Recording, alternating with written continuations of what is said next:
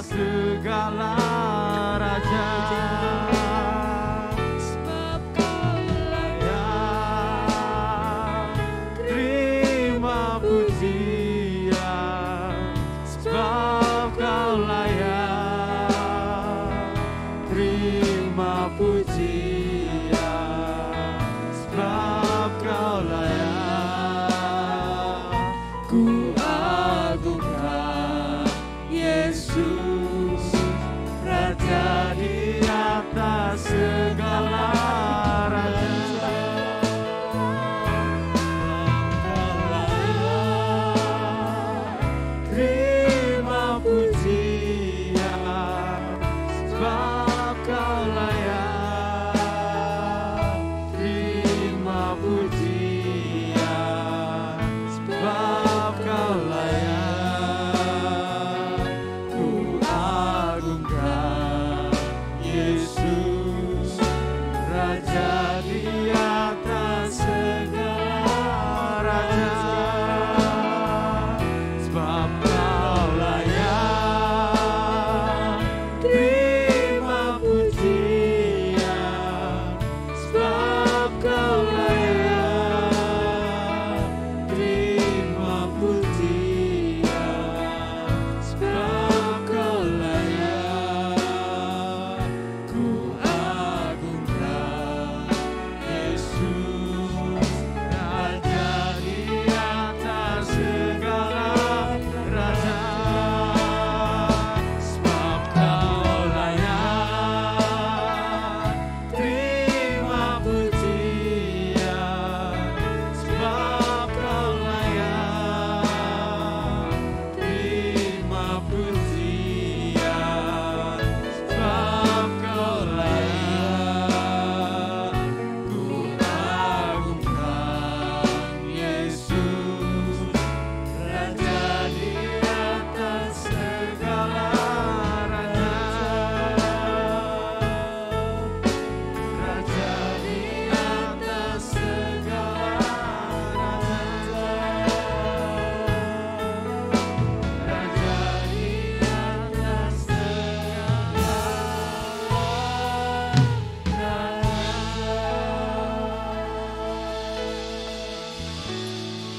Haleluya. Selamat bertemu kembali dalam kasih Kristus. Mari kita sama-sama mulai ibadah kita sore pagi hari ini. Tetap dalam hadirat Tuhan kita berikan pujian penyembahan kita di hadapannya. Dia hadir di tengah-tengah kita. Dia melawat kita pribadi lepas pribadi tanpa kecuali. Dia ada saat ini melawat kita, memberikan kemenangan, memberikan kesembuhan bagi yang sakit, menguatkan setiap kita yang lemah. Mari kita sama-sama angkat pujian. Oh, haleluya. Bapak, kami percaya Engkau hadir di tengah-tengah kami, Tuhan. Kami percaya Tuhan Engkau melawat kami pribadi lepas pribadi, Tuhan. Mari yang lemah Engkau kuatkan, mari yang sakit Engkau sembuhkan, Tuhan. Mari yang terikat, yang terbelenggu Tuhan lepaskan di dalam nama Yesus. Inilah pujian kami, inilah penyembahan kami di hadapan-Mu, Tuhan. Kami ingin menyukakan hati-Mu pagi ini, Yesus. Terima kasih, Yesus. Kami mau angkat hati kami, angkat suara kami untuk bersorak-sorai bagi nama-Mu, Yesus.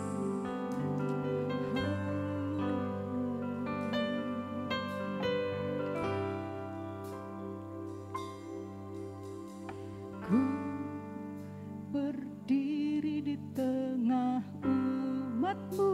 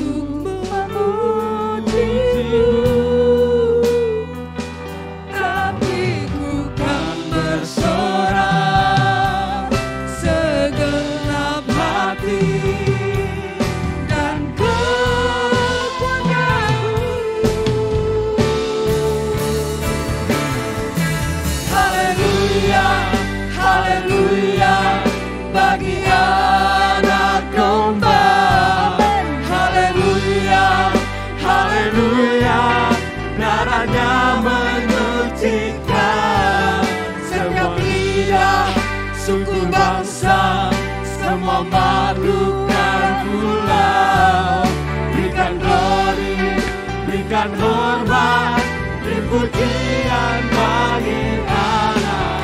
Haleluya, haleluya, bagi anak domba. Haleluya, haleluya, darahnya menyucikan setiap lidah, suku, bangsa, semua makhluk dan pulau. Berikan glory, berikan hormat, beri pujian bagi anak. Haleluya, haleluya, bagi anak domba. Haleluya, haleluya, darahnya menyucikan setiap lidah, suku, bangsa, semua makhluk dan pulau. Berikan glory, berikan hormat, beri pujian bagi anak domba. Haleluya, haleluya, bagi anak domba.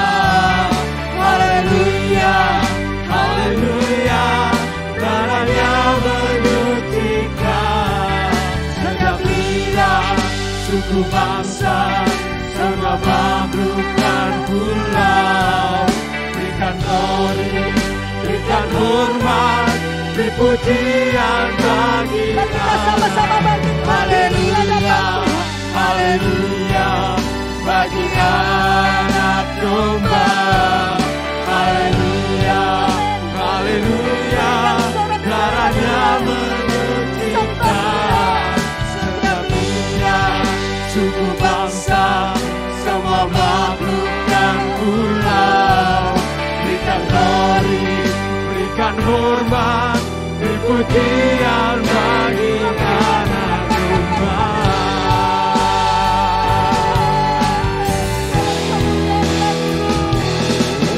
Haleluya, haleluya, bagi anak domba.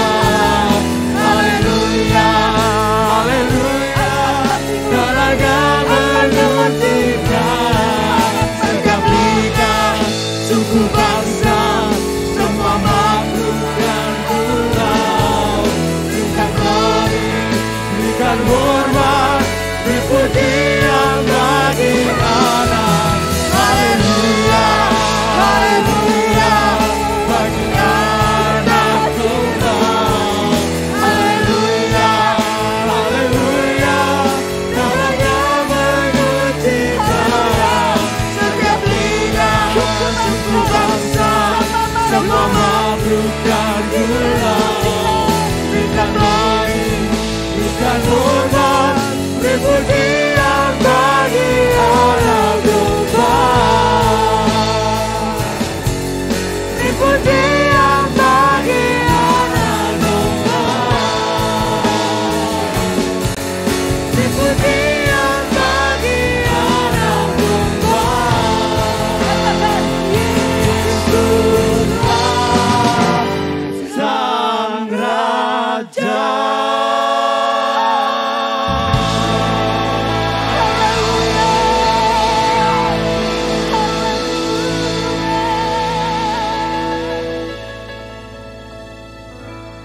Segala pujian hanya bagimu Tuhan. Segala hormat kemuliaan hanya bagimu Yesus. Mengucap syukur pagi ini Tuhan. Kalau kami boleh ada sebagaimana kami ada saat ini, semua karena kemurahan Tuhan. Semua karena kasih karunia yang Tuhan berikan bagi kami. Oleh sebab itu kami mau bersorak-sorai, memuji membesarkan nama-Mu Tuhan. Sebab Engkau Allah yang layak kami puji dan kami tinggikan. Engkau Allah yang layak kami sembah pagi ini Yesus. Secara khusus kami ingin berikan pujian penyembahan kami yang terindah bagi Tuhan. Pimpin sertai kami dari awal sampai pada akhir ibadah kami Tuhan. Bertahtalah di atas puji-pujian kami. Sebab kami mau bersorak-sorai meninggikan Engkau. Allah yang layak kami puji dan kami sembah. Kami percaya Kau hadir, kuasa-Mu nyata atas kami. Di saat pujian kami naikkan, Tuhan, kesembuhan terjadi di tempat ini. Engkau kuatkan yang lemah Tuhan. Tuhan bersama-sama dengan roh-Mu untuk kami boleh memuji dan membesarkan nama-Mu. Terima kasih Tuhan Yesus.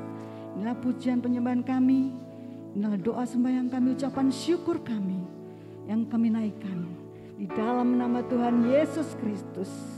Mari semua kita yang siap memuji dan membesarkan nama Tuhan, kita sama-sama katakan amin. Berikan kemuliaan sorak-sorai hanya bagi Dia. Haleluya.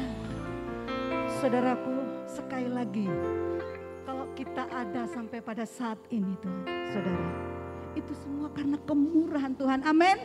Itu semua karena anugerah dan kasih karunia yang Tuhan berikan buat kita. Amin. Ayo kita bersorak-sorai. Dia yang layak kita puji dan kita sembah. Raja di atas segala raja. Boleh tepuk tangan semua. Bangkitkan hati kita untuk memuji Dia. Amin.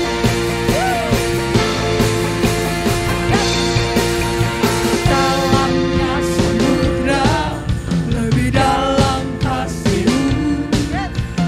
Salib-Mu menebus hidupku. Bebaskan rohmu untuk memuji Dia. Tinggi cakrawala, lebih tinggi kuasa-Mu. Amin. Roh Kudus menuntun hidupku. Kemuliaan-Mu ya Bapa, pemerintah yang berkuasa.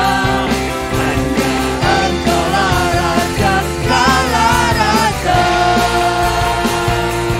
Kebesaran-Mu ya Bapa, diagungkan selamanya. Hanya Engkau-lah Raja segala raja. Segala raja. Sukacita di hadapannya. Dia raja di atas segala raja. Layak kita dipuji. Yes, sama-sama. Dalamnya samudra, lebih dalam kasih-Mu. Yes, Salib-Mu menebus hidupku. tinggi cakrawala. Tinggi cakrawala, lebih tinggi kuasa-Mu. Amin. Roh Kudus Kau tuntun hidupku.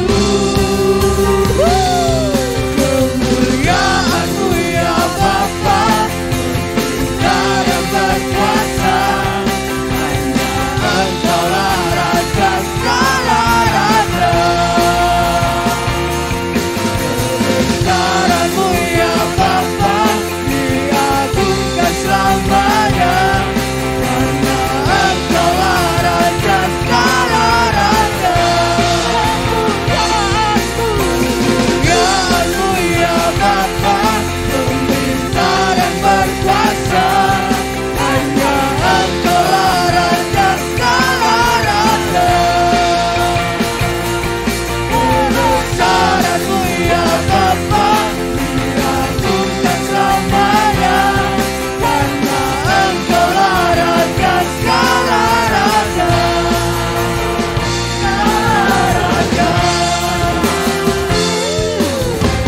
Boleh tepuk tangan semua bagi Dia.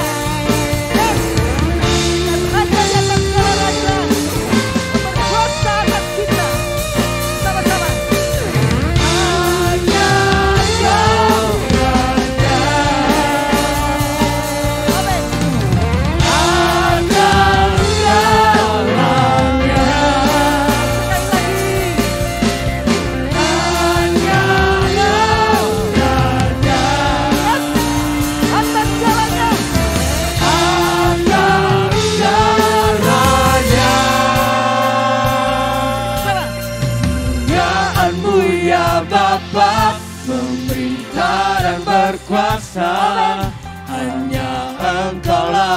Ada segalanya. Kebesaran-Mu ya Bapa, diagungkan selamanya. Karena Engkau-lah Raja segala raja. Kemuliaan-Mu ya Bapa, pemerintah yang berkuasa.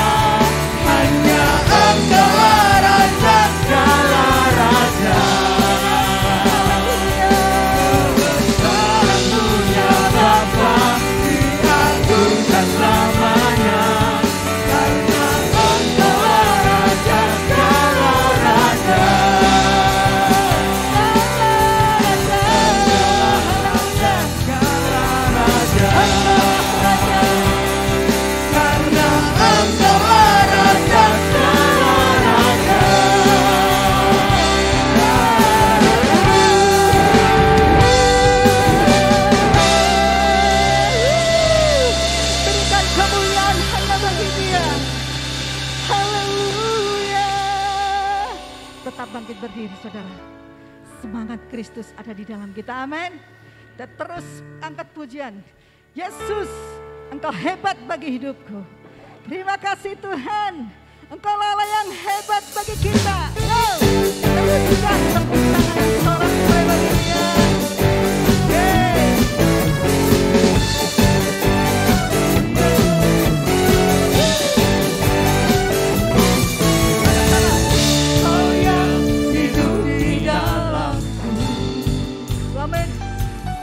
Menjadikanku lebih dari pemenang.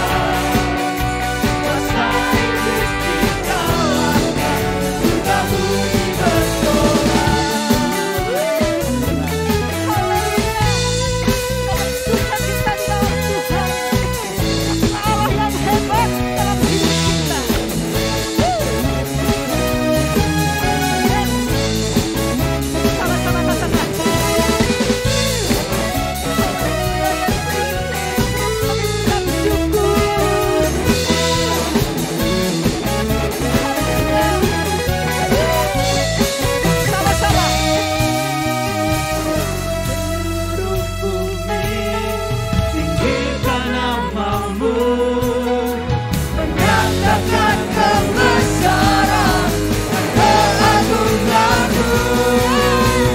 Yesus, Tuhan pembenar, atas segala rasa.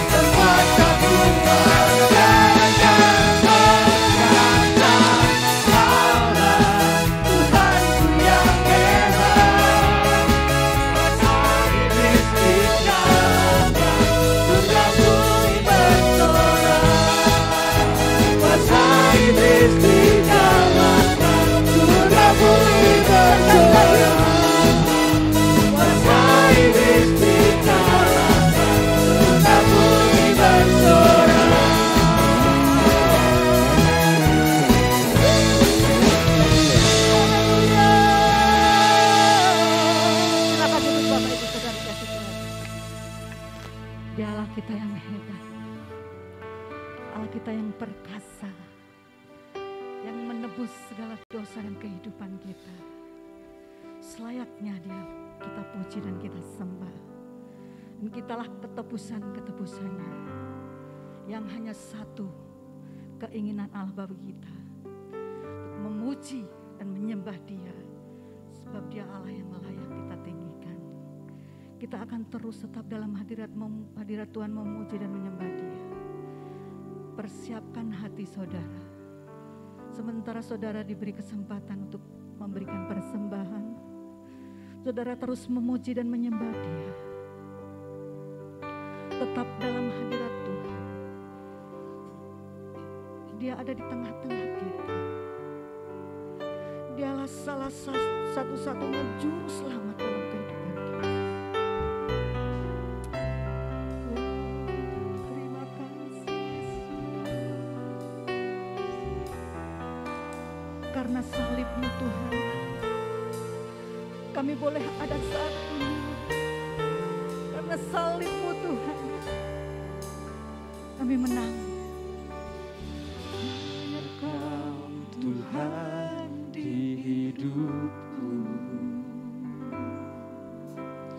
Kau berikan hidup yang baru.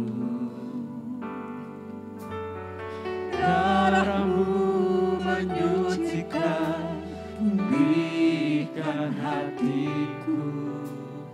Ku nyatakan Kaulah segalanya.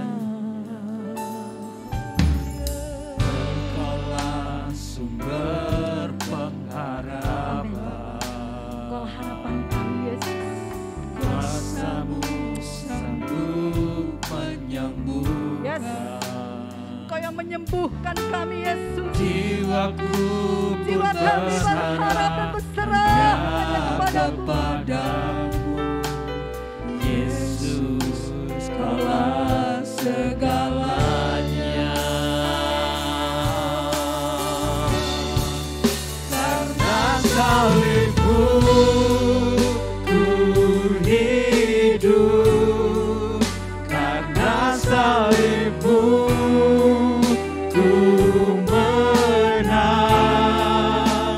Engkau yang berkuasa, sanggup untuk melakukan mujizat-Mu di hidupku.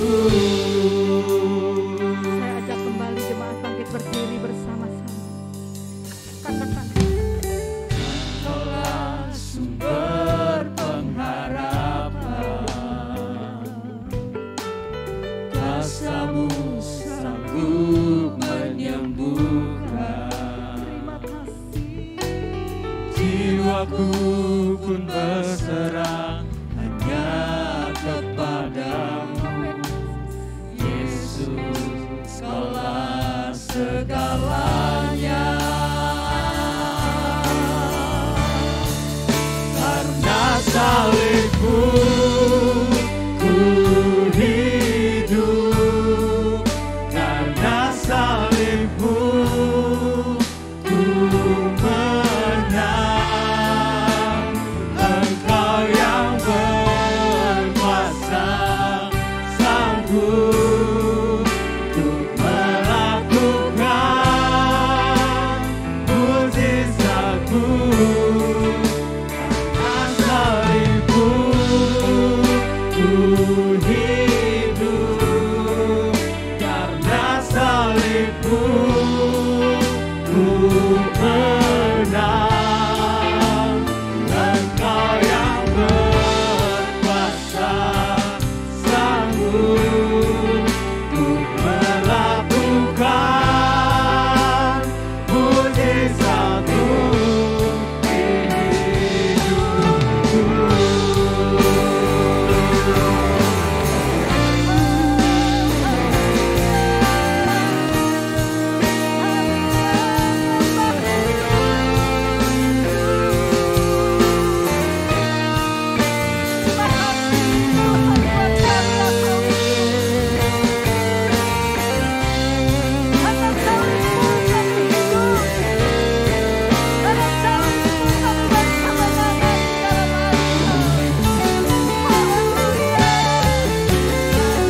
Salib-Mu ku hidup. Karena salib-Mu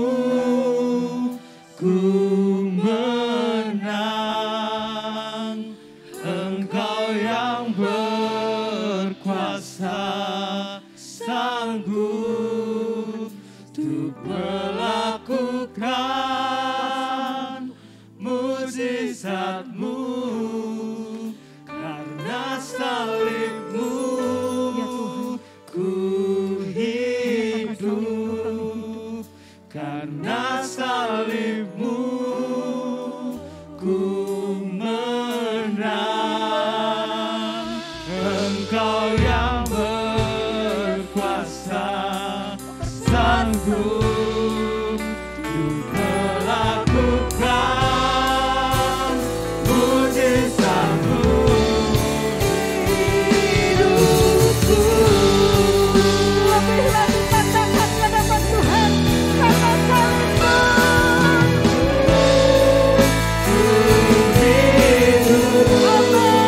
Karena salib-Mu ku menang. Engkau yang berkuasa, sanggup melakukan mujizat-Mu.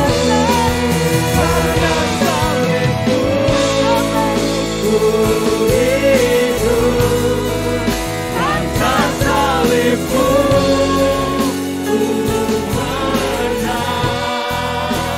Engkau yang berkuasa, sanggup untuk melakukan mujizat-Mu. Karena salib-Mu ku hidup, karena salib-Mu ku menang.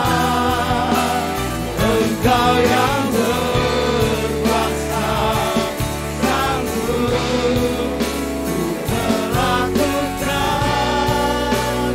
Engkau yang berkuasa,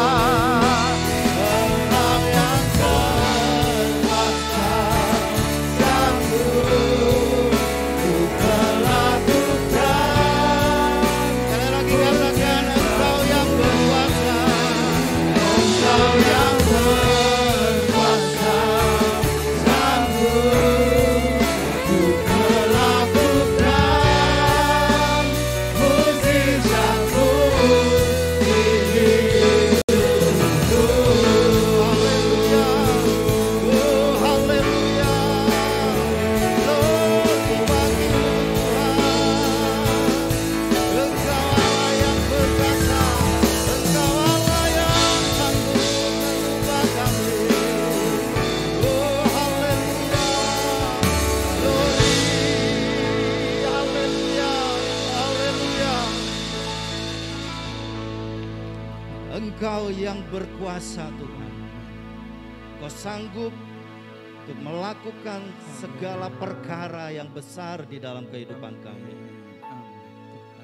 Ketika Engkau sudah sanggup untuk membuat kami berpindah dari maut kepada hidup, maka kami percaya kuasa yang sama di dalam Yesus Kristus itu juga yang akan sanggup mengubahkan kehidupan kami dari manusia yang lama menjadi manusia yang baru. Terima kasih Bapa untuk segala kemurahan-Mu di dalam kehidupan kami. Setiap pujian penyembahan kami rindu ini semua Tuhan boleh menyenangkan hati Tuhan. Dan sebentar kami akan merenungkan kebenaran firman-Mu Tuhan. Urapi kami semuanya, baik jemaat-Mu maupun hamba-Mu Tuhan di dalam segala keterbatasan yang ada. Engkau yang berkuasa lewat kebenaran firman-Mu, Engkau yang berkuasa dengan Roh-Mu yang kudus Tuhan. Itu yang akan menolong kami untuk memahami firman-Mu. Terima kasih Bapa yang baik. Kami siapkan hati kami untuk mendengarkan firman-Mu. Berbicaralah Tuhan, kami siap untuk mendengar. Demi nama Tuhan Yesus Kristus, kami berdoa dan naikkan syukur kami. Haleluya. Amin. Silakan duduk Bapak Ibu Saudara yang dikasihi Tuhan. Haleluya. Haleluya. Puji Tuhan. Bertemu kembali pada siang hari ini dalam ibadah yang kedua. Semoga Bapak Ibu Saudara tidak bosan, karena minggu lalu pun saya melayani di ibadah kedua. Tapi biarlah kita sama-sama akan belajar siang hari ini dengan tema untuk minggu ini ya saudara. Minggu pertama bulan Mei adalah pahami firman dengan benar. Dan untuk tema bulan ini, bulan Mei adalah kita akan sama-sama belajar dengan tema pimpinan Tuhan atas orang percaya. Jadi di bulan Mei secara keseluruhan kita akan belajar tema pimpinan Tuhan atas orang percaya. Lalu di minggu pertama ini kita akan belajar pahami firman dengan benar. Kalau kita bicara tema tahunan kita, saudara masih ingat? Masih ingat saudara?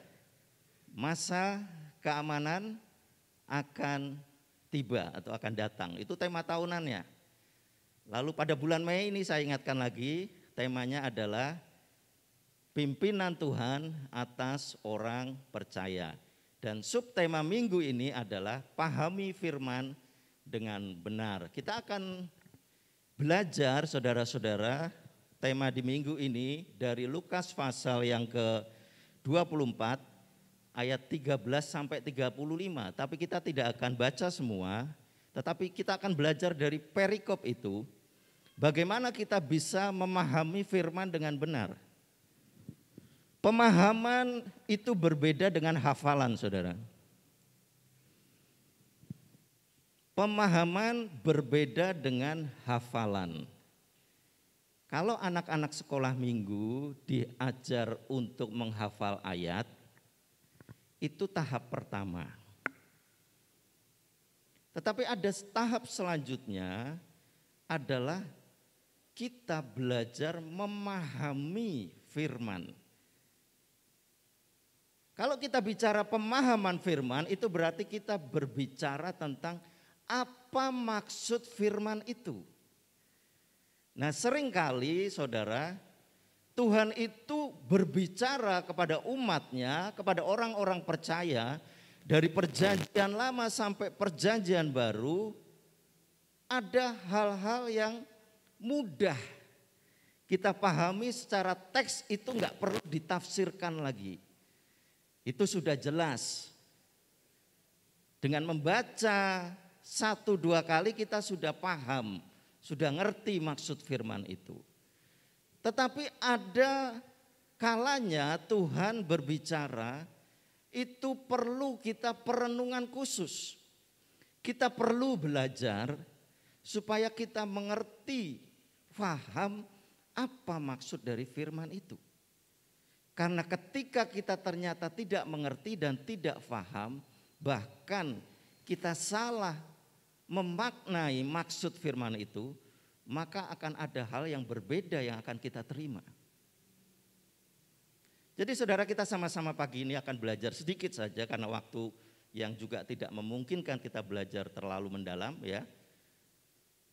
Kita awali terlebih dahulu saudara dengan ayat Markus pasal yang ke-12 ayat 24. Mari Bapak Ibu Saudara sama-sama bangkit berdiri. Kita akan membaca firman yang pertama ini. Markus pasal 12 ayat 24. 1, 2, 3. Jawab Yesus kepada mereka, kamu sesat justru karena kamu tidak mengerti kitab suci maupun kuasa Allah. Amin. Silakan duduk. Yesus berkata kepada mereka, mereka itu terdiri dari orang-orang yang mempertanyakan waktu itu saudara, tentang kalau sudah meninggal nanti, orang yang tanda petik ya, waktu itu Yesus sedang ditanya. Kalau seorang suami beristrikan wanita lalu suami ini meninggal, tradisi Yahudi, kalau dalam pernikahan itu tidak dikaruniai anak, maka adalah suatu kewajiban bagi saudara dari laki-laki ini yang belum menikah untuk menikahi perempuan ini. Demikian juga selanjutnya, kalau ternyata dalam pernikahan itu terjadi lagi sang suami meninggal, belum dikaruniai anak keluarga itu, maka kewajiban dari saudara laki-laki ini yang belum menikah untuk menikahi lagi, supaya tersambung keturunan dari keluarga laki-laki. Kalau saudara ingat bagaimana Yehuda, saudara ya, ketika dia mengalami situasi seperti ini, anak-anak Yehuda meninggal sampai tinggal yang paling kecil, saudara. Dan itu secara tradisi Israel Yahudi akan seperti itu terus, saudara. Nah, singkat cerita, dalam percakapan ini Yesus diperhadapkan pada pertanyaan, nanti kalau pada masa kebangkitan, siapa yang menjadi suami dari perempuan ini? Karena yang terjadi kan ada beberapa laki-laki yang menjadi suami dari perempuan ini. Terus nanti siapa Tuhan, bahasa gampangnya ya. Lalu siapa nanti di waktu yang akan datang yang menjadi suaminya? Maka muncullah jawaban Yesus ini. Kamu sesat justru karena kamu tidak mengerti kitab suci. Jadi saudara, betapa pentingnya kita mengerti kitab suci, mengerti firman Tuhan supaya kita tidak sesat. Nah, di sini kita nanti akan sama-sama belajar secara ringkas saja, secara mudah saja ya. Bagaimana kita bisa memahami firman Tuhan dengan benar. Karena apa saudara? Dampak atau akibat jika kita tidak pahami firman Tuhan dengan benar, pasti ada dampaknya saudara. Yang pertama adalah kita tidak akan alami kuasa firman itu. Kalau Bapak Ibu Saudara dan saya tidak paham firman Tuhan, saudara sudah baca, lalu ternyata saudara salah memahaminya, maka saudara tidak akan pernah mengalami kuasa firman itu. Sebagai contoh, ketika firman berkata atau ketika seseorang berkata kepada saudara, silahkan saudara ke Malioboro lewat jalan ini. Tetapi saudara tidak mengerti. Lalu saudara cari jalan sendiri untuk ke Malioboro. Saudara benar sampai ke Malioboro. Tetapi maksud dari orang yang memberikan perintah atau memberikan tadi sesuatu yang saudara harus lewati jalan-jalan ke Malioboro, karena di titik-titik jalan yang saudara sudah diperintahkan tadi ada sesuatu yang akan saudara terima di situ. Tetapi karena saudara cari jalan sendiri ke Malioboro, saudara akan tidak menerima apa yang diinginkan atau apa yang dimaksud oleh pemberi perintah tadi. Saudara lewat ke selatan mau ke Malioboro. Padahal yang memberikan perintah tadi lewat ke utara. Kenapa? Karena nanti di persimpangan stasiun Lempuyangan ada titik poin yang akan saudara dapatkan sesuatu di situ. Tapi karena saudara cari jalan sendiri, yang penting sampai Malioboro, maka saudara ke selatan, saudara nggak akan terima apa yang ditetapkan oleh si pemberi perintah tadi. Maksud ya saudara ya, sama-sama masuk Malioboro nanti, tetapi saudara tidak terima sesuatu yang seharusnya saudara terima ketika paham, mengerti apa yang dimaksud oleh pemberi perintah tadi. Demikian juga firman Tuhan. Ketika saudara membaca firman Tuhan, lalu saudara tidak paham, lalu saudara cari-cari pemahaman sendiri, maka saudara tidak akan pernah mendapat kuasa firman itu. Karena maksudnya berbeda. Lalu yang kedua saudara, ketika orang tidak memahami firman Tuhan, ada yang lebih berat lagi konsekuensinya. Tindakannya akan bertentangan dengan maksud firman. Nanti kita akan lihat ayatnya saudara.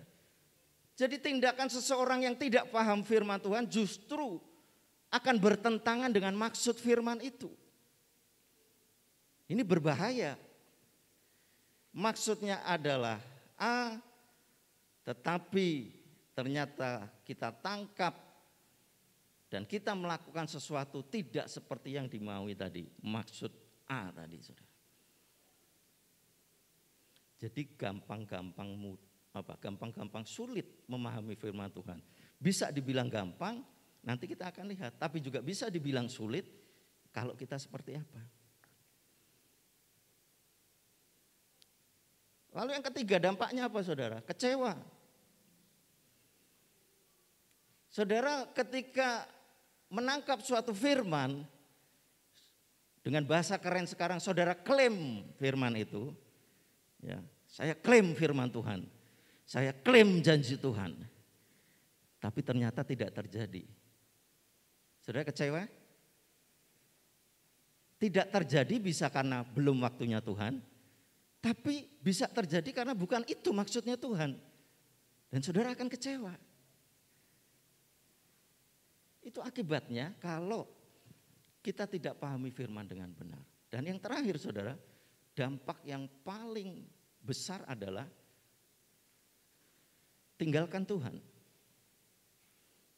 Ketika kita tidak pahami firman Tuhan, kita kecewa, berlarut-larut kita kecewa, maka kita akan tinggalkan Tuhan. Contoh kecewa adalah saudara ketika saudara baca kisah orang kaya atau anak muda yang kaya ketika dia datang kepada Yesus. Yesus guru, apa yang harus aku lakukan untuk mendapat kehidupan yang kekal? Yesus menjawab, lakukan ini, lakukan ini.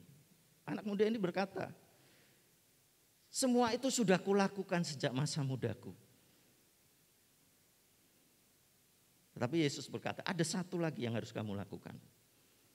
Jualah segala milikmu, berikan pada orang yang membutuhkan, bahasa sederhananya ya saudara. Lalu ikutlah aku. Ternyata anak muda ini, orang ini berkata apa? Bukan berkata kepada Yesus, tapi dalam hatinya dia sangat sedih. Kenapa? Karena hartanya sangat banyak. Dan dia salah menangkap maksud Tuhan. Artinya Tuhan tidak menyuruh menjual semuanya itu, lalu dia menjadi murid Tuhan secara tekstual. Tetapi yang dimaksud adalah engkau harus tidak bersandar kepada hartamu. Engkau harus fokus untuk melakukan firman Tuhan. Engkau harus fokus untuk mengikut aku tanpa engkau terbebani dengan harta kekayaanmu. Itu maksud Tuhan Yesus. Sekarang saya mau tanya saudara. Kalau firman itu bicara teks, ya kita pahami itu secara teks saja. Saudara yang punya uang, punya kekayaan, disuruh jual semuanya, lalu jadi hamba Tuhan. Mau tidak saudara? Kalau saudara baca firman itu hanya dari kata-kata teksnya saja, saudara pasti akan kecewa. Waduh, kok begini ya ikut Tuhan? Oleh sebab itu maka perlu kita memahami firman Tuhan dengan benar. Tinggalkan Tuhan. Contohnya adalah kalau di dalam Yohanes pasal 6 ayat yang terakhir saudara dikatakan banyak murid-murid yang meninggalkan Yesus setelah apa? Diberi perkataan yang sangat keras oleh Yesus. Dan mereka tidak paham saudara. Apa maksud perkataan itu? Sehingga mereka menjadi kecewa, menjadi sakit hati. Lalu mereka meninggalkan Tuhan. Sehingga Yesus katakan kepada murid-muridnya, itu mereka sudah meninggalkan aku. Gimana kamu? Kamu mau pergi juga? Itulah saudara, beberapa dampak dari kita tidak memahami firman dengan benar. Saya ambil contohnya ayatnya ini saudara. Matius 12 ayat 7. Jika memang kamu mengerti maksud firman ini, yang ku kehendaki ialah belas kasihan dan bukan persembahan, tentu kamu tidak menghukum orang yang tidak bersalah. Jika memang kamu mengerti. Ini berkaitan hari Sabat waktu itu saudara.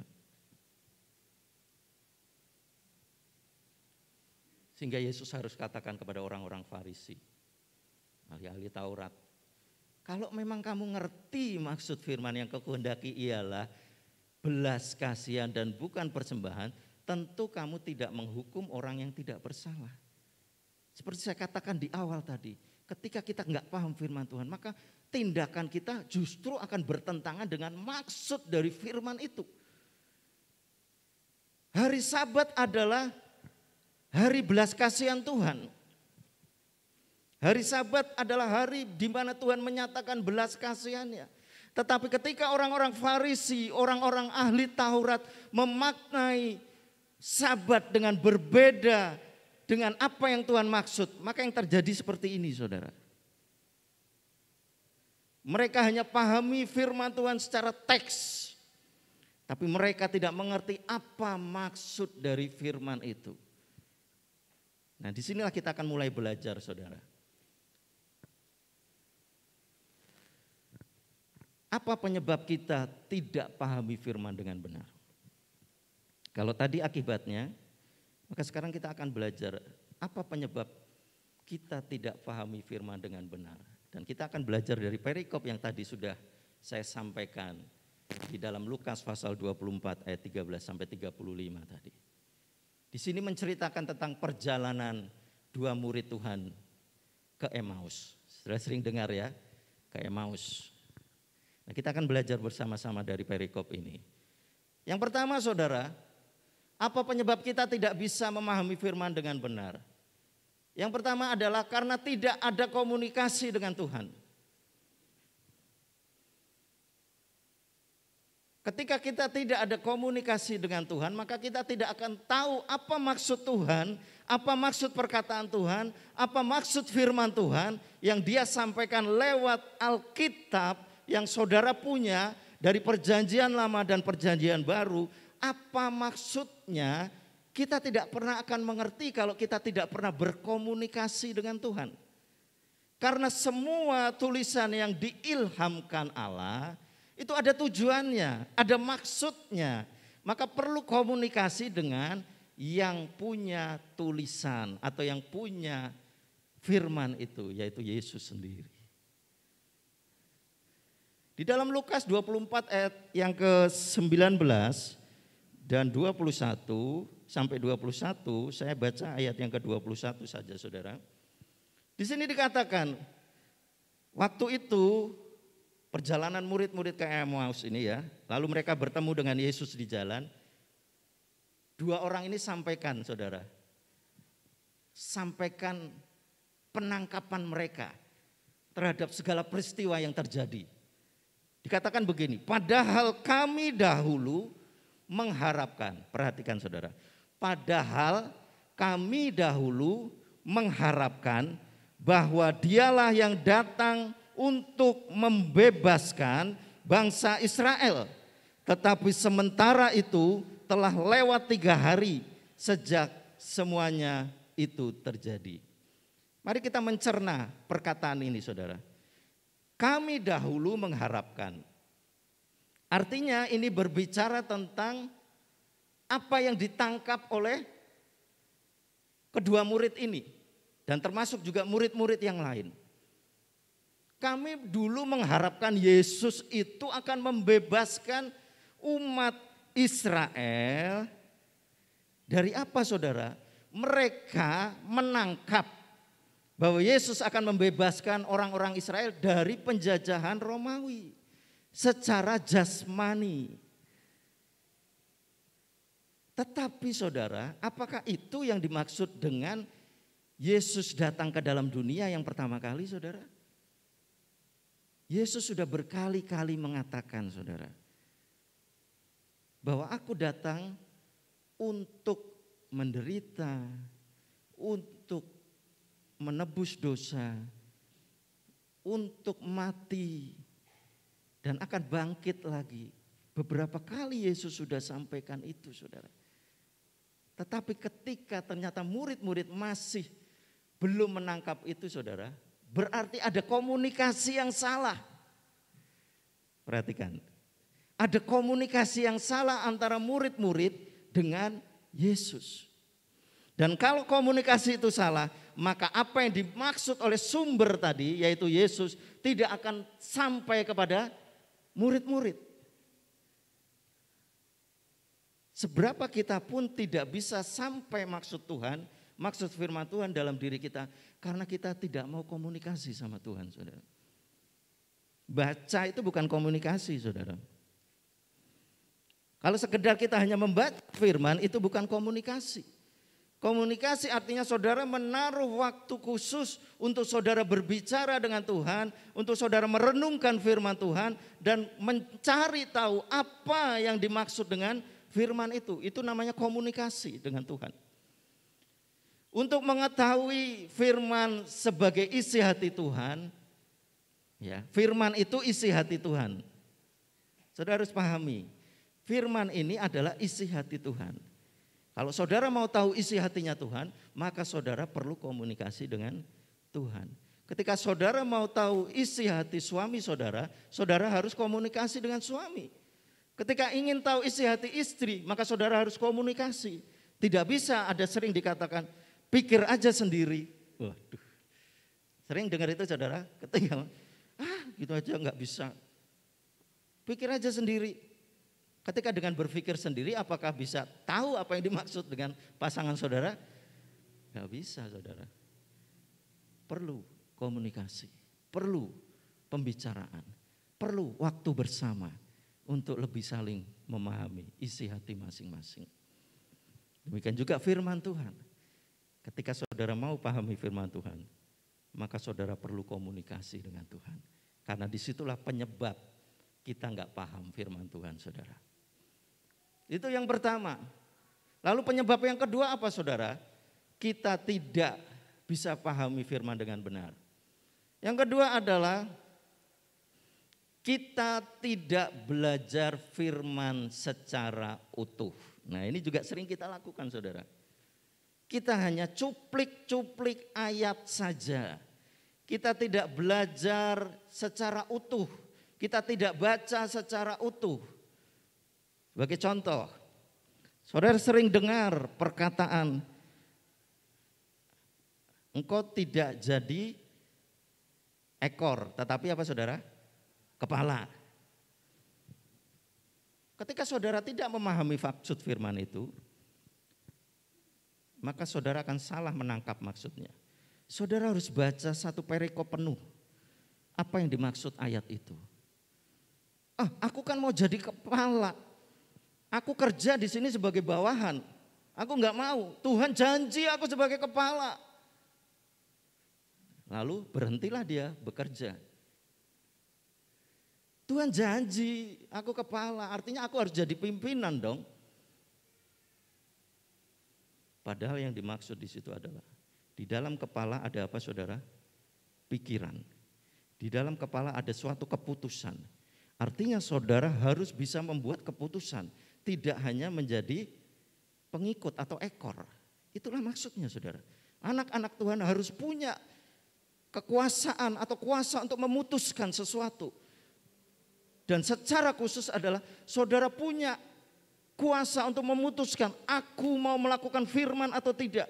Aku mau hidup sesuai dengan firman Tuhan atau tidak. Itu keputusan ada di dalam diri saudara. Itulah kepala, bukan ekor. Dan kalau kita bicara secara utuh, saudara, itu dimaksud adalah untuk nasional atau untuk bangsa, yaitu bangsa Israel. Bangsa Israel sampai saat ini sudah menjadi bangsa yang berdiri, memutuskan dirinya sendiri, menjadi suatu negara, tidak lagi dijajah. Itu maksud Tuhan, saudara. Lalu contoh dari Emmaus ini apa saudara? Kita akan lihat. Apakah mereka tidak belajar firman dengan utuh? Di dalam ayat yang ke-27, Lukas pasal 24 ayat 27, nanti saudara bisa baca mulai ayat 25. Lalu Yesus menjelaskan kepada mereka apa yang tertulis tentang dia dalam apa saudara? Seluruh kitab suci, mulai dari kitab-kitab Musa dan segala kitab nabi-nabi. Yesus mulai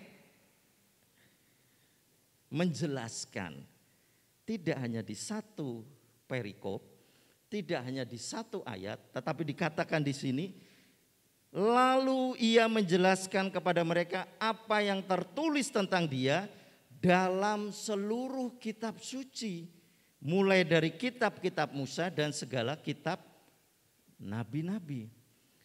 Maka dari itu mengapa murid-murid itu salah tangkap tentang maksud Yesus datang ke dunia? Karena mereka ternyata tidak belajar firman Tuhan secara utuh. Mereka hanya melihat Yesus datang dengan kuasa sebagai nabi, kuasa sebagai orang yang diurapi, melakukan banyak mujizat, melihat Yesus membangkitkan orang mati. Lalu dengan itu mereka menafsirkan sendiri bahwa Yesus datang untuk membebaskan mereka dari belenggu penjajah. Tetapi ternyata tidak seperti itu. Yesus jelaskan saudara. Yesus yang adalah Sang Firman itu sendiri ketika menjelaskan pasti akan sampai kepada si penerima dengan jelas. Kalau saudara mau jelas tentang firman Tuhan, datang kepada Sang Firman langsung, yaitu Yesus Kristus. Hamba-hamba Tuhan ini hanya membantu saudara untuk mengerti cara-cara untuk masuk kepada esensi yang sebenarnya, yaitu lewat pertolongan Roh Kudus di dalam perenungan saudara sendiri terhadap firman Tuhan. Jadi nggak ada hamba Tuhan yang pintar sebenarnya saudara, nggak ada. Dan saudara jangan pernah bergantung kepada hamba Tuhan. Saya katakan saudara jangan pernah bergantung kepada hamba Tuhan, tetapi langsunglah bergantung kepada Sang Firman itu sendiri. Karena dia akan menjelaskan dari A sampai Z apa yang saudara tidak pahami. Dia akan jelaskan. Hamba Tuhan ini terbatas saudara. Dia aja juga masih belajar terus sama Tuhan.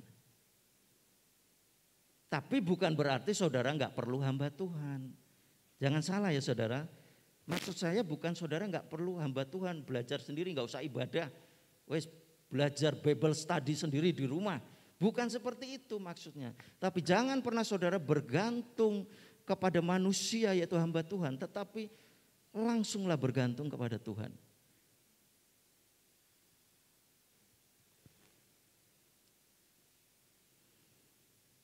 Alkitab itu satu kesatuan saudara. Dari perjanjian lama sampai perjanjian baru. Penulisannya cukup lama, lebih kurang 1.500 tahun dengan jumlah 40 lebih penulis. Dari waktu yang panjang dan penulis yang berbeda-beda itu, Alkitab itu punya satu kesatuan utuh. Dari perjanjian lama sampai akhir nanti di Wahyu, beritanya tentang Yesus. Jadi kalau ada yang disampaikan itu tidak tentang Yesus saudara, maka saudara harus waspada. Semua harus berpusat pada Yesus.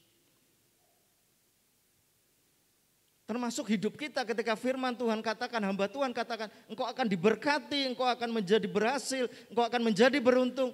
Pusatnya tetap Yesus. Bagaimana keberhasilanmu, bagaimana kehidupanmu, itu harus berfokus pada Yesus.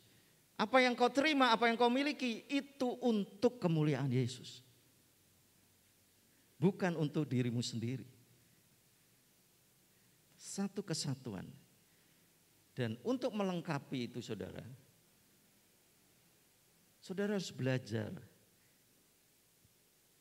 setiap firman Tuhan dari perjanjian lama sampai perjanjian baru. Jangan saudara dan saya hanya senang, wah ayat ini bagus untuk saya.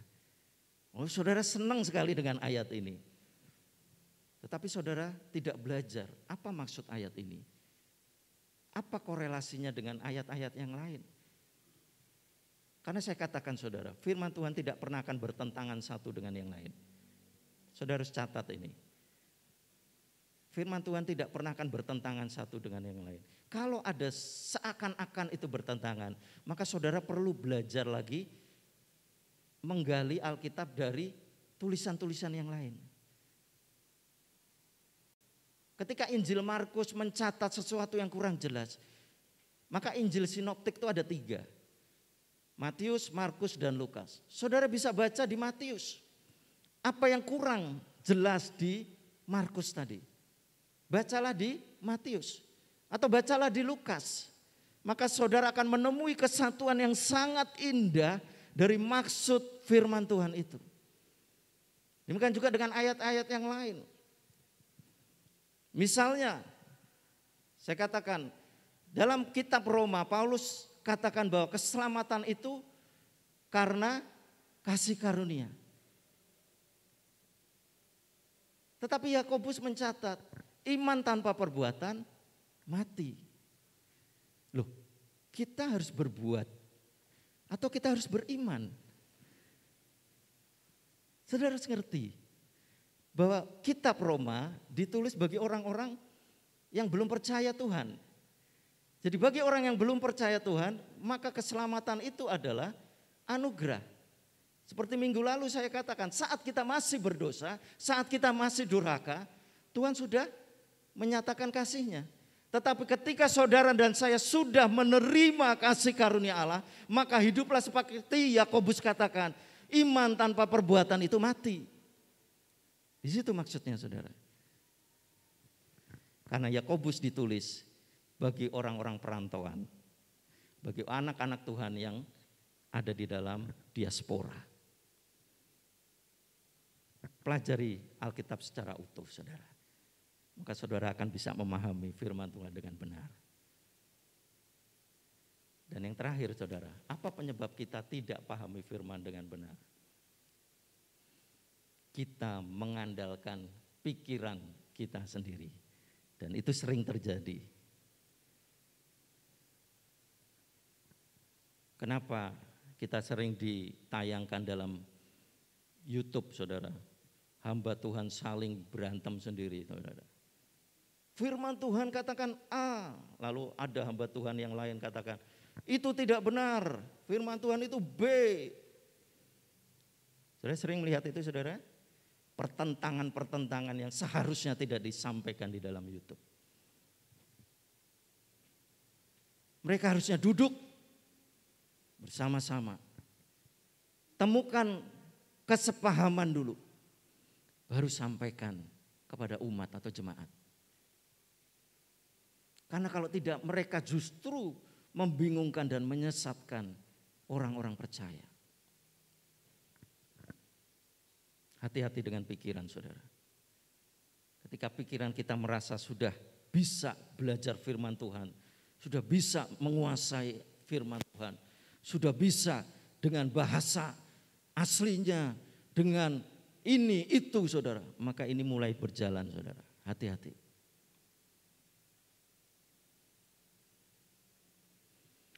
Lukas 24 ayat 32 dan 45.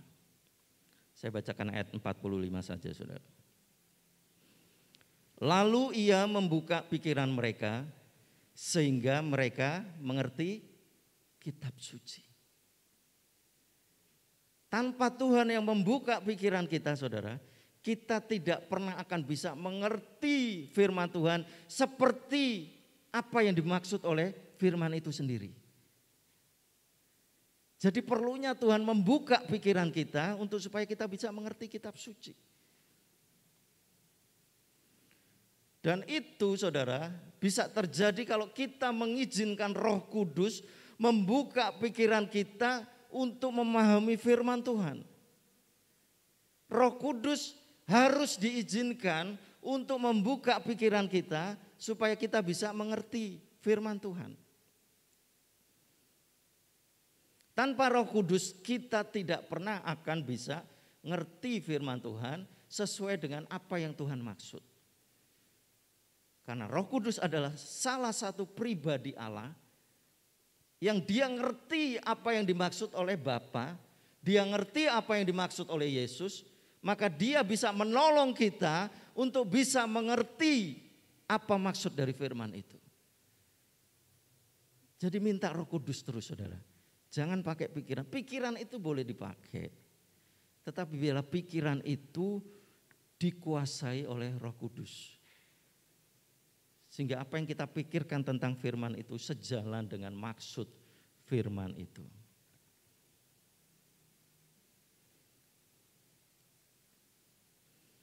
Jangan tafsirkan firman dengan pikiran kita sendiri. Karena Alkitab mencatat, saudara, 2 Petrus pasal yang pertama ayat yang ke-20 dan 21.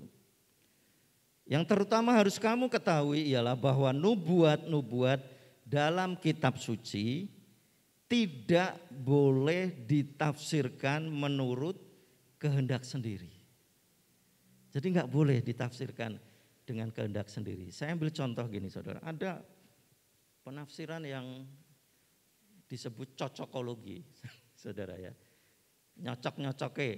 Cocok-cocokan ya, saudara. Bahtera Nuh itu terdiri dari 3 tingkat. Itu menggambarkan kalau gereja saat ini, zaman anugerah saat ini adalah kita bicara tentang tingkat pertama adalah zaman Bapa. Tingkat yang kedua zaman anak, lalu tingkat yang ketiga zaman Roh Kudus. Kalau bicara tentang 3-nya, cocok saudara ya? Cocok, 3 kok.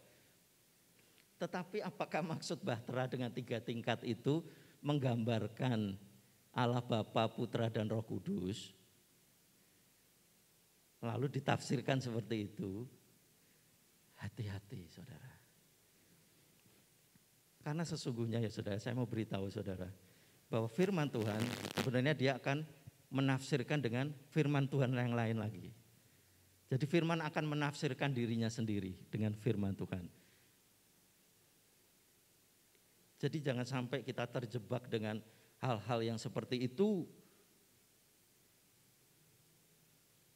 Sebab tidak pernah nubuat dihasilkan oleh kehendak manusia, tetapi oleh dorongan Roh Kudus orang-orang berbicara atas nama Tuhan. Harus ada dorongan Roh Kudus, saudara. Termasuk nubuatan-nubuatan. Aku melihat sesuatu, nah, saudara, mulai. Ada orang nanti akan datang, bajunya ini. Tuhan berbicara sebenarnya. Kalau kita sudah berani ngomong Tuhan berbicara, hati-hati saudara. Bisa benar Tuhan berbicara, tapi bisa juga itu adalah emosional hatinya. Oleh sebab itu dikatakan di sini tidak pernah nubuat dihasilkan oleh kehendak manusia. Harus ada dorongan Roh Kudus. Karena itu sekali lagi Roh Kudus penting, dan ini waktu-waktu kita menuju kepada hari Pentakosta, saudara. Jangan abaikan Roh Kudus. Oh, Roh Kudus itu hanya dulu. Sekarang udah gak perlu Roh Kudus. Siapa bilang saudara? Roh Kudus itu untuk selamanya. Kita perlu Roh Kudus. Selama kita ada di dunia ini kita perlu Roh Kudus.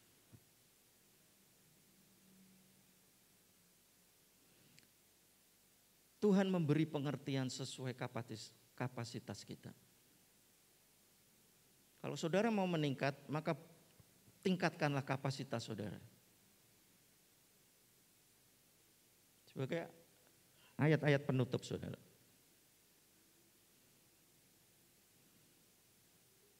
Markus pasal 4 ayat 33 dan 34. Dalam banyak perumpamaan yang semacam itu, Yesus memberitakan firman kepada mereka sesuai dengan pengertian mereka. Dan tanpa perumpamaan ia tidak berkata-kata kepada mereka. Perhatikan di sini saudara. Tetapi kepada murid-muridnya ia menguraikan segala sesuatu secara tersendiri. Saudara mau jadi murid Tuhan atau hanya sekedar followernya Tuhan? Di situ akan dibuktikan dengan apa yang akan saudara tangkap dari firman yang setiap hari saudara baca, yang setiap hari saudara dengar. Ketika kapasitas kita hanya cukup, Tuhan saya hanya cukup seperti orang kebanyakan waktu itu saudara. Dalam banyak perumpamaan semacam itu ia memberikan firman kepada mereka sesuai dengan pengertian mereka. Ya udah pengertian mereka segitu ya sudah. Tuhan hanya sampaikan itu. Tetapi perhatikan, kepada murid-muridnya dia menguraikan segala sesuatu secara tersendiri. Pilihan ada di tangan saudara. Saudara mau seperti orang kebanyakan atau saudara mau menjadi murid Yesus? Murid konsekuensinya dia harus belajar. Ibu-ibu guru, bapak-bapak guru di sini pasti mengajarkan murid-murid untuk belajar. Dan kita sebagai murid harus belajar. Belajar itu ada waktu yang harus kita korbankan, ada pikiran yang lebih yang harus kita korbankan, ada banyak hal yang harus kita korbankan untuk menjadi seorang murid. Kalau saudara mau memahami firman Tuhan dengan lebih dalam lagi, lebih mengerti lagi, sudahkah saudara menjadi murid Yesus?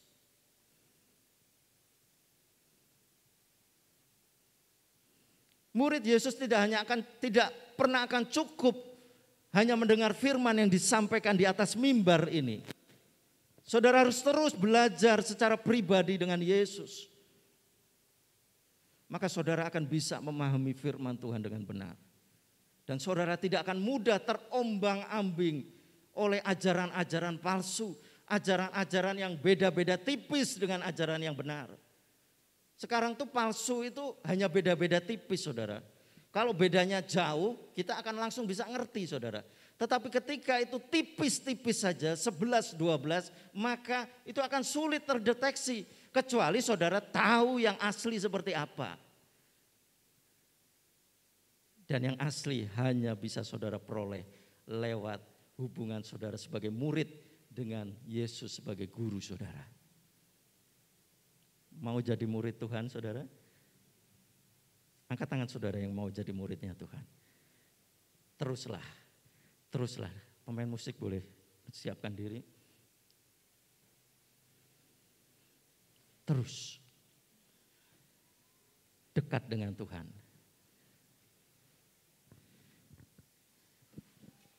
Karena tanpa kedekatan kita dengan Tuhan, kita enggak pernah akan mengerti firman Tuhan dengan benar. Ketika saudara tidak dekat dengan sang firman itu sendiri, saudara tidak pernah akan mengerti maksud dari firman Tuhan. Kita angkat satu pujian, satu hal yang kurindukan selalu ada di dekatmu. Kita mau lebih dalam lagi. Ya saudara. Biar kita terus dalam lagi. Dalamnya itu enggak terbatas saudara. Ketika saudara merasa, oh aku sudah sampai sini, masih ada yang lebih dalam lagi. Terus gali. Mari kita sama-sama bangkit berdiri.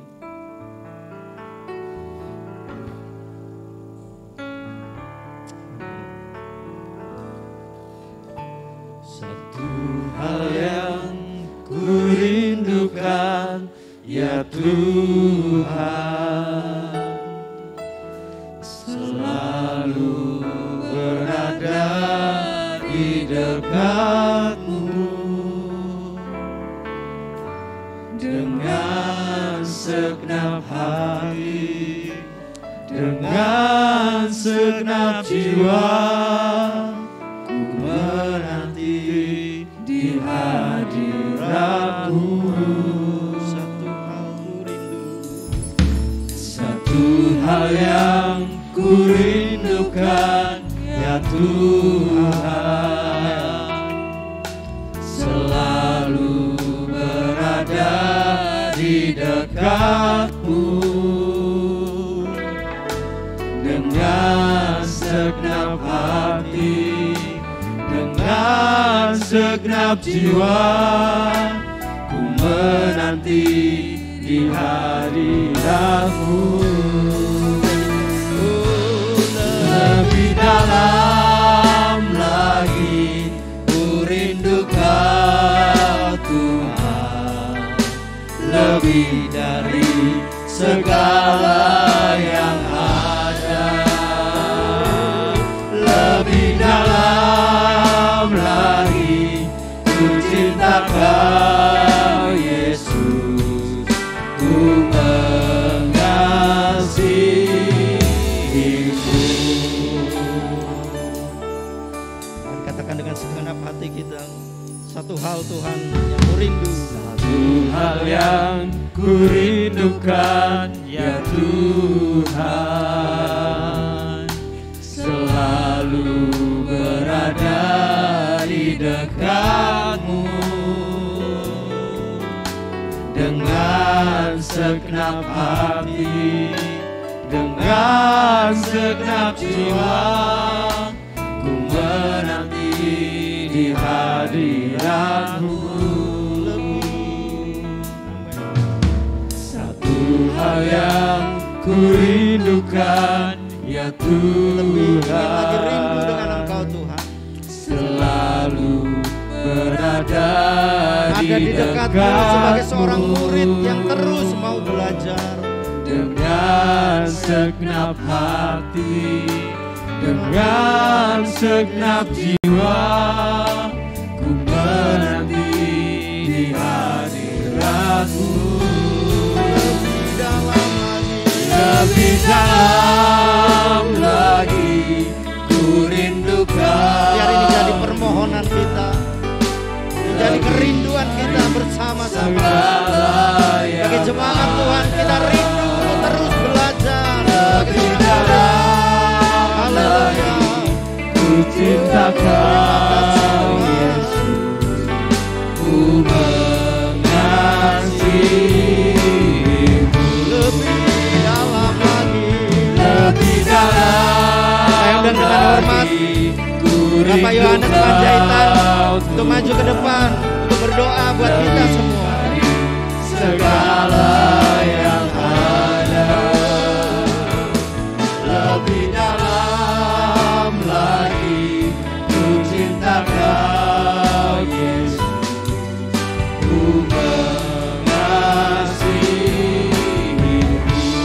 Dalam lagi, Lebih dalam lagi ku rindu Kau Tuhan, lebih dari segala yang ada. Lebih dalam lagi ku cinta Kau Yesus, ku mengasihi-Mu. Ku mengasihi-Mu.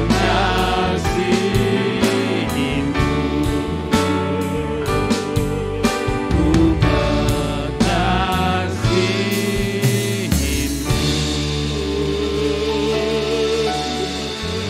Bapa yang baik, terima kasih untuk firman-Mu hari ini yang menegur kami, Tuhan. Untuk kami mau belajar menjadi seperti murid-Mu, Tuhan. Ampuni kami, Tuhan, jika selama ini kasih kami, pemahaman kami, iman kami masih sangat jauh dari yang Tuhan harapkan. Terpujilah nama-Mu, Tuhan. Kami mau belajar, Tuhan, memahami apa yang menjadi maksud-Mu bagi kami, Tuhan. Memahami firman-Mu bagi kami, Tuhan. Kami mau berada, selalu tinggal dekat dengan Engkau Tuhan.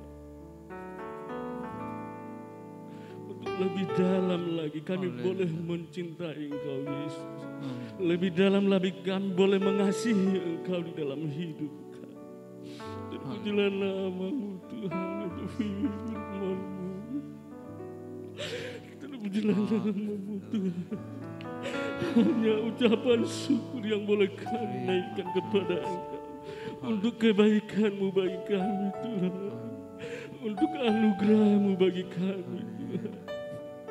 Terpujilah nama-Mu Tuhan. Kami mau belajar supaya kami dapat merasakan dari kuasa dari firman itu Tuhan. Kami dapat berjalan sesuai dengan yang Tuhan mau Tuhan. Dan di dalam hidup kami mau belajar untuk menyenangkan hati-Mu Tuhan. Terima kasih untuk firman-Mu yang indah Tuhan. Hamba juga berdoa buat hamba-Mu yang telah menyampaikan firman-Mu bagi kami Tuhan. Engkau semakin memakai hamba-Mu lebih hari lebih heran. Menjadi alat yang Engkau pakai, menjadi saluran berkat firman-Mu bagi orang lain Tuhan. Kami juga jemaat-Mu yang telah mendengar firman-Mu, Engkau berkati kami Tuhan. Biarlah firman-Mu dapat bertumbuh, berakar dan berbuah bagi kehidupan kami Tuhan. Menghasilkan suatu buah yang menyenangkan hati-Mu Tuhan. Terpujilah nama-Mu yang baik. Terima kasih untuk firman-Mu. Terima kasih untuk lawatan-Mu pada hari ini Tuhan. Terima kasih Tuhan.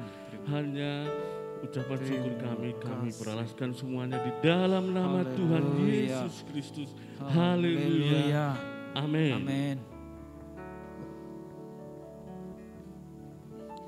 Haleluya. Firman Tuhan begitu jelas buat kita semua. Untuk kita boleh lebih dekat lagi di hadapan Tuhan. Terlebih dekat lagi berhubungan intim dengan Tuhan. Supaya kita mengerti kehendak Tuhan. Dan kita menjadi pelaku firman.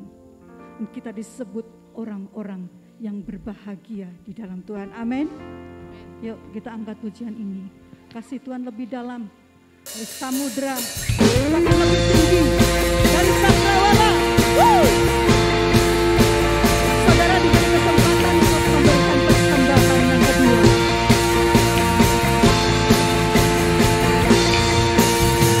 Dalamnya samudra, lebih dalam kasih-Mu, salib-Mu menebus hidupku.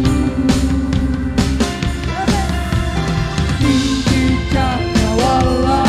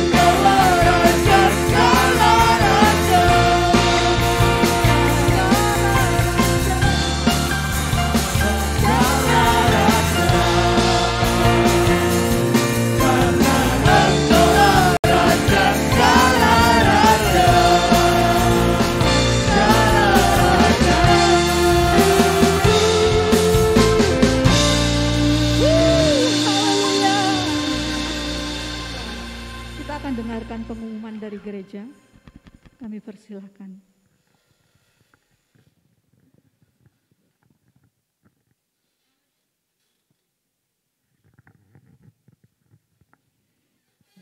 Puji Tuhan, kita boleh diberkati ya firman Tuhan. Mungkin ada dari yang datang luar kota baru kali ini hadir atau pulang mudik, ada? Oke, tidak ada. Sebagian kita juga ada yang pergi keluar kota.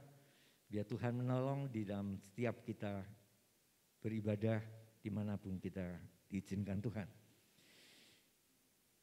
Hari ini sebentar ibadah ketiga di cabang Diponegoro 26 jam 16.15. Kemudian ibadah yang keempat untuk youth jam 18 di tempat ini dengan tema Catch On. Ya. Biar Tuhan memberkati. Kemudian karena cuti nasional katanya, juga banyak yang mudik, jadi ibadah doa yang biasa Selasa, baik Selasa pertama untuk kaum wanita maupun Biston umum untuk tanggal 3 besok, off dulu. Kemudian yang di Diponegoro juga Jumat, off dulu. Hanya latihan-latihan persiapan BL masih tetap jalan tiap Jumat malam. Kemudian ibadah wanitanya besok Sabtu sudah diadakan lagi di cabang Diponegoro. Kita akan ketemu lagi minggu depan dalam ibadah pertama jam 6. Ibadah jam 8 untuk remaja. Kemudian jam 8.39 jam 9 untuk kita semua ibadah kedua seperti ini. Kemudian kita atas nama Ibu Gembala dan seluruh pengurus gereja mengucapkan terima kasih dukungan dari Bapak Ibu Saudara selama ini sehingga perjalanan pelayanan tempat ini masih dilangsungkan lewat persembahan-persembahan yang Bapak Ibu persembahkan untuk pekerjaan Tuhan, baik persembahan biasa maupun perpuluhan. Kemudian kita mau berdoa juga untuk kesehatan Ibu Gembala, biar beliau mengalami kasih kemurahan-Nya. Juga saya sampaikan juga ada pengumuman dari P2N, pemberkatan dan peneguhan nikah, Bapak Ibu yang ingin melangsungkan pernikahan anaknya untuk diberkati di gereja ini, 3 bulan minimal 3 bulan sebelumnya sudah mendaftar dan mengisi ketentuan-ketentuan yang sudah disepakati. Bisa ambil formulir di SAP tiap Senin sampai Sabtu hari kerja jam 8 sampai jam 4, kecuali hari libur. Kemudian ada piket hamba-hamba Tuhan tiap Selasa dan Jumat di SAP juga bagi Bapak Ibu yang membutuhkan konseling. Ada hal-hal yang perlu untuk diteguhkan ataupun dinasihati, bisa datang di SAP tiap Jumat dan Selasa jam 9 sampai 12, kecuali hari libur. Ya. Saya kira tidak banyak pengumuman lagi, tetap jaga prokes, sekalipun PKM sudah agak dilonggarkan. Mari kita bangkit bersama-sama, kita akan usaikan ibadah kita. Kita naikkan pujian syukur kepada Dia yang begitu mengasihi kita. Dia beri kesempatan pagi ini kita beribadah.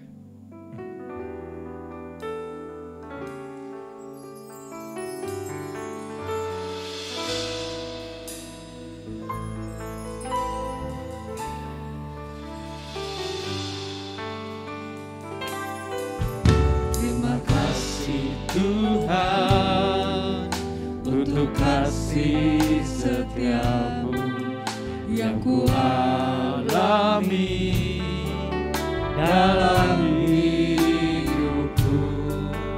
Terima kasih Yesus untuk kebahagiaan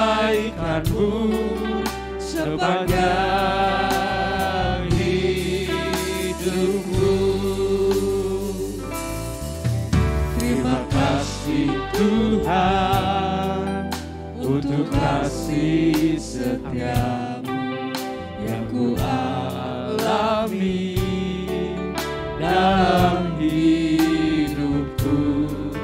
Terima kasih Yesus untuk kebaikan-Mu sepanjang hidupku.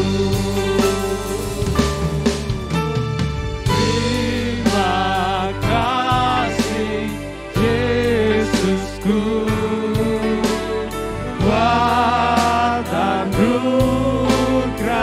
yang Kau beri. Sebab hari ini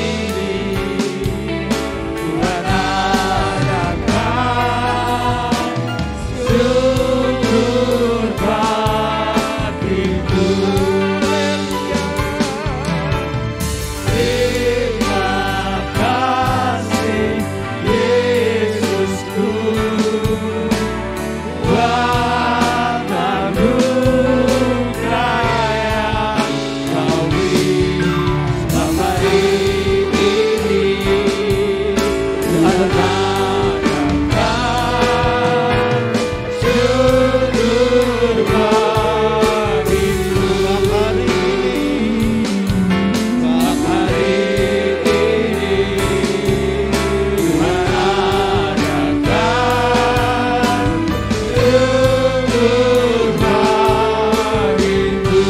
syukur bagiku. Sebab hari ini Tuhan adakan syukur bagiku. Haleluya. Di akhir ibadah ini Tuhan, kami naikkan syukur kami. Penyertaan-Mu, pimpinan-Mu dari awal hingga akhir ibadah siang hari ini. Kau sertai kami, Kau berkati kami. Setiap rangkaian ibadah yang sudah dilakukan, dari pujian, pemberitaan firman-Mu, persembahan, biar ini semuanya Tuhan, ada kuasa di dalamnya yang boleh kami terima pagi hari ini, siang hari ini Tuhan. Dan kami pulang dengan membawa berkat yang dari Tuhan. Terima kasih Bapa. Kami bersama-sama berdoa saat ini ya Tuhan, untuk Ibu Gembala, Kau berikan Tuhan tetap topangan kepada hamba-Mu ini Tuhan. Hamba-Mu yang setia melayani sampai Tuhan putih rambut dan tenaga yang sudah berkurang Tuhan. Tetapi hamba-Mu ini tetap setia di dalam Engkau. Kami tetap mohon kemurahan-Mu ya Tuhan. Kau berikan kesehatan, kekuatan senantiasa. Terlebih Tuhan, iman, pengharapan dan kasih-Nya kepada Engkau tidak pernah akan berkurang Tuhan. Terima kasih Bapa yang baik. Kami juga berdoa untuk bangsa dan negara ini Tuhan. Di dalam Tuhan pergumulan yang dihadapi, Kau pakai terus pemimpin bangsa kami. Biarlah roh takut akan Tuhan, hikmat yang dari Tuhan boleh menyertai para pemimpin bangsa kami. Mulai dari Bapak Presiden sampai kepada jajarannya yang paling bawah. Kau pakai mereka Tuhan sebagai alat-Mu untuk membawa kesejahteraan bagi bangsa ini. Dan kalau ada masalah-masalah yang belum terselesaikan, Engkau pakai mereka untuk menyelesaikan Tuhan setiap permasalahan yang ada. Pandemi yang sudah mulai menurun ini jangan membuat kami menjadi lengah Tuhan.